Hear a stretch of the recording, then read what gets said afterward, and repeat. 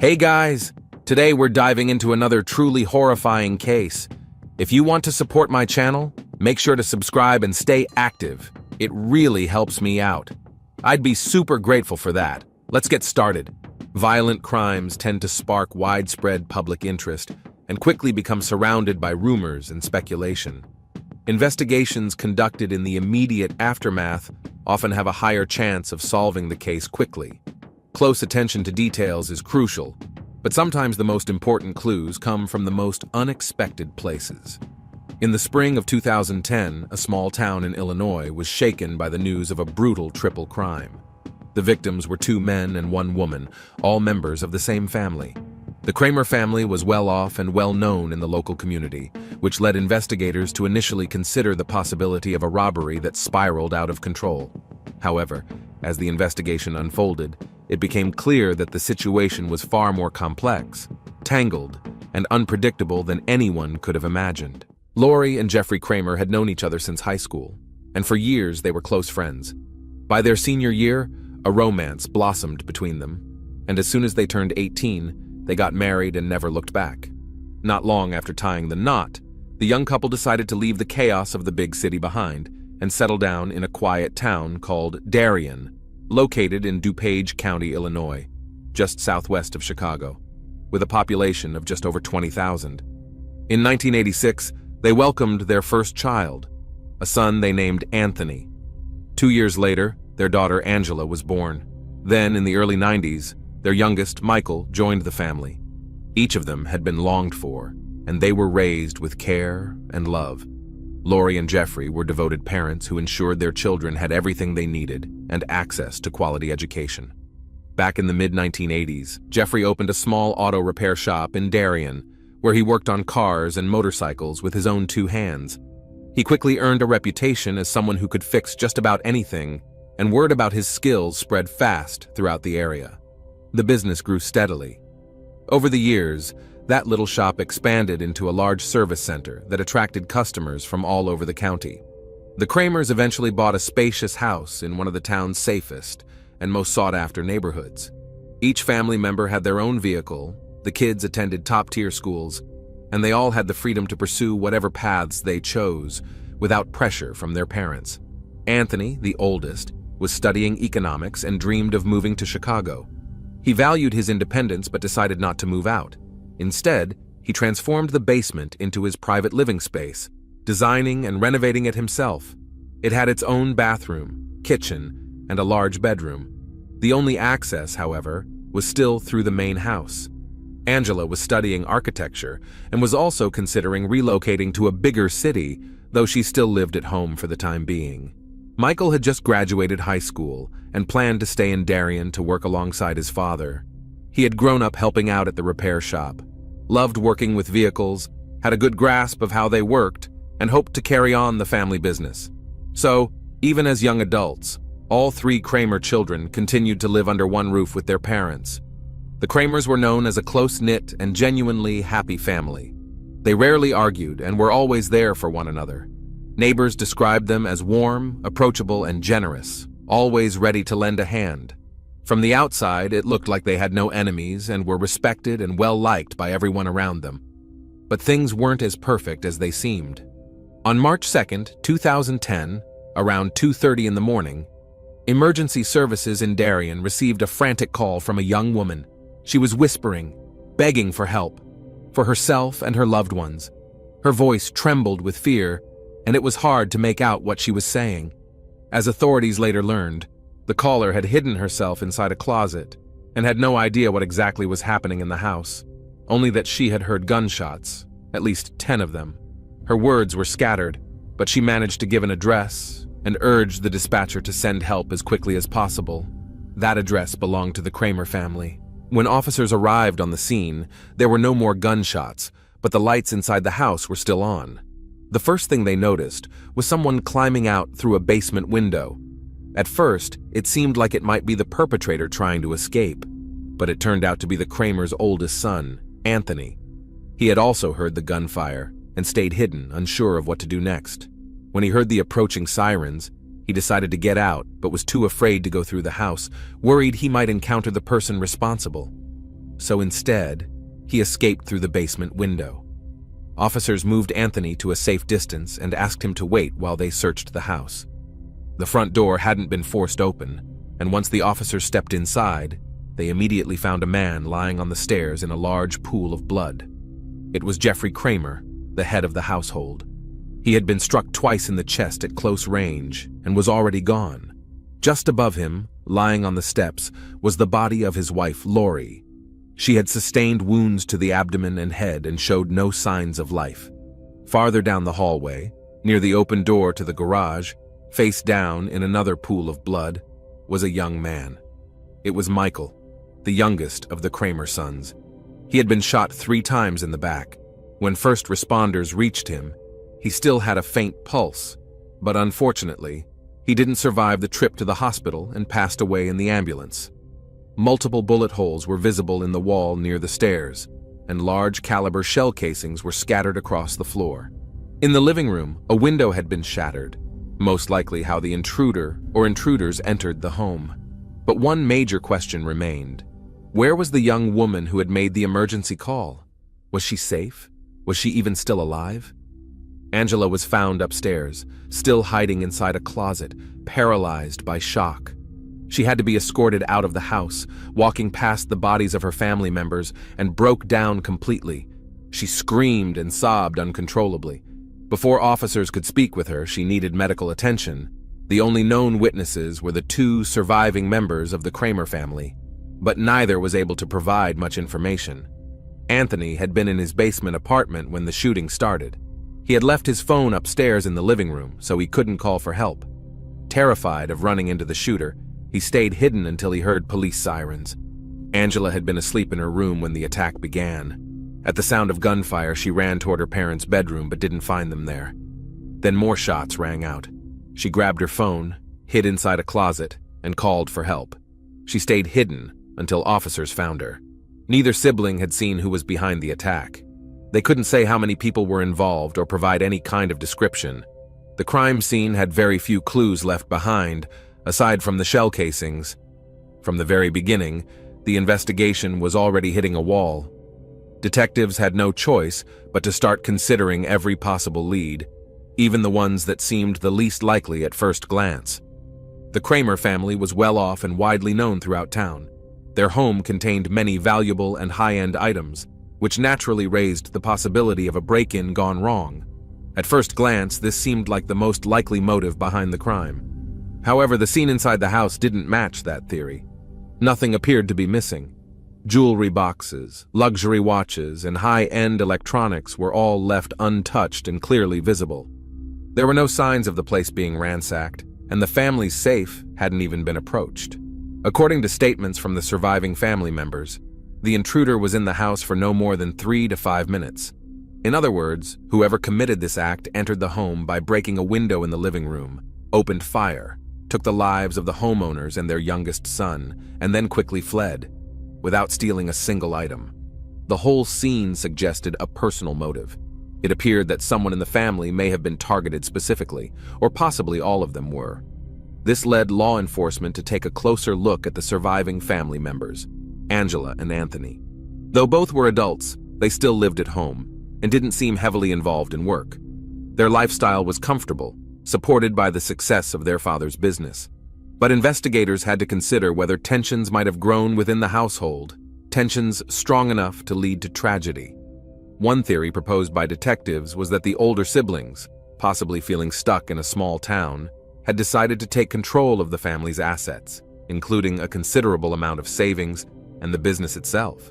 In this scenario, they would plan to sell the house and the auto shop, split the proceeds, and move on. Michael could have stood in the way, not only because he wanted to stay and work with his father, but also because fewer heirs meant a larger share for those left behind. As shocking as it sounded, that theory was eventually dismissed. Both Anthony and Angela were visibly devastated, deeply grieving the loss of their family. More importantly, the police suddenly received new information from someone who was not only a potential witness, but also became a key figure in the case. As the investigation was already in full swing, with officers examining the scene, interviewing the surviving relatives, and canvassing for any witnesses, a young woman approached the Kramer residence. She was visibly shaken, crying, and desperately asking about Michael. She said she had something important to report and that she had been in the house when everything happened. Her name was Samantha. She had just turned 19 and was Michael's girlfriend. The two had been high school sweethearts, and their relationship dated back to their teenage years. Their families supported them, and the couple had even begun talking about getting engaged in the near future. On the night of the incident, the Kramers had invited Samantha over for a family dinner. They enjoyed the evening together, and Samantha decided to stay the night with her boyfriend. Around 11 p.m., Jeffrey and Lori headed off to bed. Not long after, Angela and Anthony also went to their rooms. Michael and Samantha stayed behind in the living room, planning to watch a movie. But during the film, the two dozed off together on the couch. Around 2:30 in the morning, Samantha was jolted awake by the loud crash of shattering glass. At first, she didn't fully grasp what was happening, and even thought the sound might have come from the movie they had been watching. Michael woke up too. The two looked around in confusion and saw a dark figure entering through a broken window. Samantha couldn't give any kind of description of the intruder. The person was dressed head to toe in black and wore a mask that completely hid their face. Suddenly, the unknown individual pulled out a handgun and fired in their direction while they were still sitting on the couch, frozen in fear. The bullet struck the wall near them. That was the moment they realized they had to run. They rushed toward the nearest exit, the door leading to the garage. Michael pushed it open and, shielding his girlfriend with his body, urged her through the doorway. That's when he was shot 3 times in the back at close range. But the few seconds he stood in the doorway were enough for Samantha to make it outside and take off running. In a state of shock, she believed Michael was right behind her and didn't immediately notice he wasn't. She ran several blocks without looking back, convinced the perpetrator was chasing her. Eventually, she stopped on a deserted street and looked around. No one was there. Her phone was still back in the Kramers' living room, so she tried to get help by knocking on the door of the first house she came across. But either the residents were away or asleep, because no one answered. Then she heard footsteps approaching. Terrified that the person behind the attack was following her, she crawled beneath a porch and hid. She stayed there for about an hour, too shaken to move. Eventually, still in shock, she decided to go back to Michael's house. From a distance, Samantha saw flashing red and blue lights from police cruisers and hurried toward them. Officers stopped her before she could enter the house, but she caught sight of the bodies inside. When she realized Michael was gone, she was devastated. Despite her grief, she quickly came under suspicion.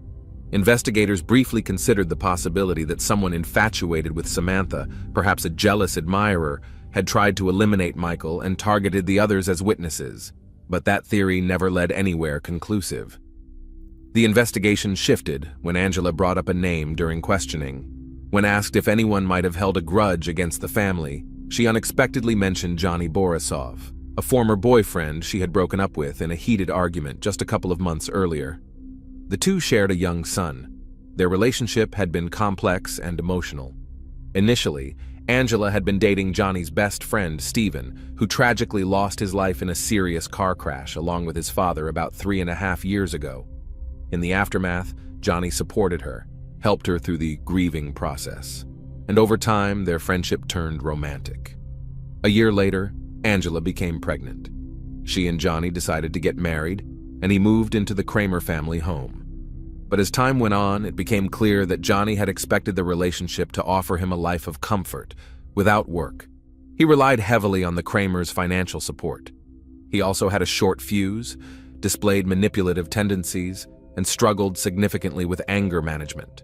Johnny had been pressuring Angela to convince her parents to buy them a separate house. When that didn't happen, he started trying to stir up tension between her and the rest of the family. That kind of behavior is ultimately what led to the breakup. The couple never made it to the altar, and now the two young parents were going through a custody battle over their son. Interestingly, on the day of the incident, Johnny had picked up the boy and taken him to his parents' apartment, but didn't stay there himself. Johnny quickly became the primary suspect. He was brought in for questioning almost immediately. He certainly seemed to have a motive, but law enforcement still needed concrete evidence to prove he was involved. During interrogation, Johnny claimed he had been at a casino the entire night and hadn't left once. That alibi was later confirmed thanks to the venue's extensive surveillance footage, which showed him consistently throughout the night. Still, investigators weren't ready to rule him out. His behavior raised red flags. Something about it just didn't sit right. There was speculation that Johnny might not have been directly involved, but could have hired someone else to carry out the act. Given his motives and history, that theory seemed plausible. It also came to light that Johnny had previous run-ins with the law related to distributing banned substances. He had been arrested multiple times, but somehow always received light penalties or avoided serious consequences altogether. However, he had never been charged with anything involving aggressive behavior. About half an hour after the initial report of the tragic events at the Kramer home, the local police received another call that, at the time, seemed completely unrelated. A young man phoned in, clearly distressed and nearly in tears. He claimed someone was following him and that he was being chased in his car. The caller was a man named Jacob. Later, it was revealed that he had a history of emotional instability, including bouts of depression and anxiety. On its own, the call might have been dismissed as a false alarm, if not for one key detail. For the past couple of months, Jacob had been living with Johnny Borisov. After his breakup with Angela, Johnny didn't want to return to his parents' home, and he couldn't afford his own place. That's when he found a roommate to split the rent, Jacob. Jacob was soft-spoken, timid, and extremely impressionable. Raised in a strict religious household, he was used to following rules and being told what to do. From his teenage years, he had struggled with anxiety, numerous phobias, and depressive episodes, making him particularly susceptible to influence. Background checks showed that Jacob had never been in trouble with the law. People who knew him described him as quiet, polite, and somewhat withdrawn, maybe a little strange but not dangerous. While some suspected he may have been dealing with mental health issues or substance use, no one could say for sure. Interestingly, since there was no direct evidence or formal charges against Johnny, investigators could only bring him in for informal questioning, which meant he was free to leave or return at any time. During the interview, he kept stepping out to make phone calls and was constantly texting someone. This raised concerns among the detectives, so they filed for a warrant to examine his phone activity. As it turned out, Johnny had been calling and messaging someone saved in his contacts as Jay. That person was none other than Jacob, the same young man police had been trying to locate without success. The calls and texts didn't contain any direct incriminating statements, but Johnny appeared to be trying to calm Jacob down, repeatedly telling him not to say anything that could cause problems. In recent years, Jacob had barely spoken to his parents and had been living with his grandparents before moving in with a roommate a couple of months prior. Authorities reached out to the elderly couple, but they hadn't heard from their grandson in some time. Jacob had told them he would visit soon, but never showed up or called back. His grandparents confirmed that Jacob had struggled with depression since he was young. At times, he experienced paranoia and had been treated at a mental health facility. However, despite these challenges, Jacob was resistant to medication. He believed he could manage his condition without it and often refused to take prescribed treatments. Jacob's family had long been wary of his new best friend. They believed Johnny was a bad influence and may have been taking advantage of him. But since both were adults living on their own, no one could intervene. As previously mentioned, Johnny had a history with law enforcement tied to the distribution of banned substances. After moving in with Jacob and learning about his mental health struggles, Johnny offered a different kind of solution. He encouraged Jacob to use certain psychoactive substances to cope. That's how Johnny got his roommate hooked on the very things he was selling. Jacob became dependent quickly. When he couldn't afford another dose, Johnny would offer it in exchange for favors. Over time, Jacob unknowingly became completely controlled by his so-called friend, a vulnerable young man manipulated by someone who clearly knew how to exploit weakness. A disturbing pattern began to emerge, and the suspicion around the two roommates grew stronger. It became increasingly likely that Johnny had orchestrated an act of revenge against his ex and her family, using Jacob as the one to carry it out. Emotionally unstable and struggling with addiction, Jacob might not have even fully understood what he was doing. Soon, another piece of the puzzle came to light. About a month before the triple crime, Jacob had legally purchased and registered a .40 caliber handgun. How someone with a history of mental health concerns was able to buy a firearm remains a mystery. Apparently, a thorough background check was not conducted, and he was sold a gun, supposedly for self-defense. This weapon was a match in model and caliber to the one used in the Kramer case, but a ballistics test was needed to confirm whether it was the same gun. Several other pieces of circumstantial evidence also pointed toward Jacob's involvement. But one big question remained: where was Jacob now? On March 4th, Jacob's worried parents contacted the police to report something unusual. For the first time in nearly 2.5 years, their son had unexpectedly shown up at their home. He seemed nervous, was acting strangely, and begged them to hide him, even if just for a little while. According to him, some gang members were after him, supposedly hired by the head of a local drug trafficking ring because he had failed some kind of mission. Jacob appeared to be under the influence of banned substances and was experiencing another episode of paranoia. He drew all the curtains, warned his parents not to go near the windows or answer any calls, and then went down to the basement, where he fell asleep on an old couch. By the time law enforcement arrived, Jacob had slept off some of the effects and was more coherent. He was taken in for questioning and shared a bizarre story, one he seemed to believe wholeheartedly. He asked only for one thing in return: that the police keep his parents safe from the so-called gangsters, and in exchange, he would confess everything. Jacob claimed it was Johnny who got him hooked on banned substances, and who had been supplying them regularly. The problem, he said, was that he didn't always have money to pay, and his debts began to pile up. That's when Johnny allegedly told him he was connected to a powerful cartel, and that they were already aware of Jacob's unpaid balance. Worse, according to Jacob, Johnny insisted that his ex, Angela, had discovered his supposed ties to these dealers and was planning to expose him out of revenge. Jacob was told that the cartel's boss had found out about this and ordered her to be silenced, and that Jacob was expected to carry it out as payment for his debt. Jacob believed every word. He feared for his life and for the safety of his family. What he didn't know was that the cartel, the hit order, and the entire story had been made up. Johnny had fabricated the entire tale to manipulate Jacob into committing an act of revenge against Angela and her family. Under Johnny's influence, and in a state of paranoia, Jacob broke into the Kramer home by smashing a living room window. Almost immediately, he encountered Michael and his girlfriend asleep on the couch. Jacob chased them down and opened fire, taking Michael's life. The sound of the gunshots alerted Jeffrey and Lori upstairs, and they rushed out of their bedroom, only to be struck down on the staircase. After that, Jacob didn't come across any more family members. As panic set in, he fled the scene. At some point, convinced he was being chased by imaginary gang members for failing the task, he made a terrified call to emergency services. That call ended up being the breakthrough in the case. It gave investigators the lead they needed and helped them solve the crime in record time. Jacob eventually revealed where he had hidden the weapon used in the crime, along with the clothes he had worn that night. The evidence recovered, along with his confession, helped law enforcement reconstruct the entire sequence of events and confirm both his and Johnny's involvement in the triple crime. However, detectives decided to take a strategic approach, concerned that Johnny might try to shift blame or manipulate the legal process. They placed both suspects in the same interview room and told them to wait a few minutes for the investigator to return.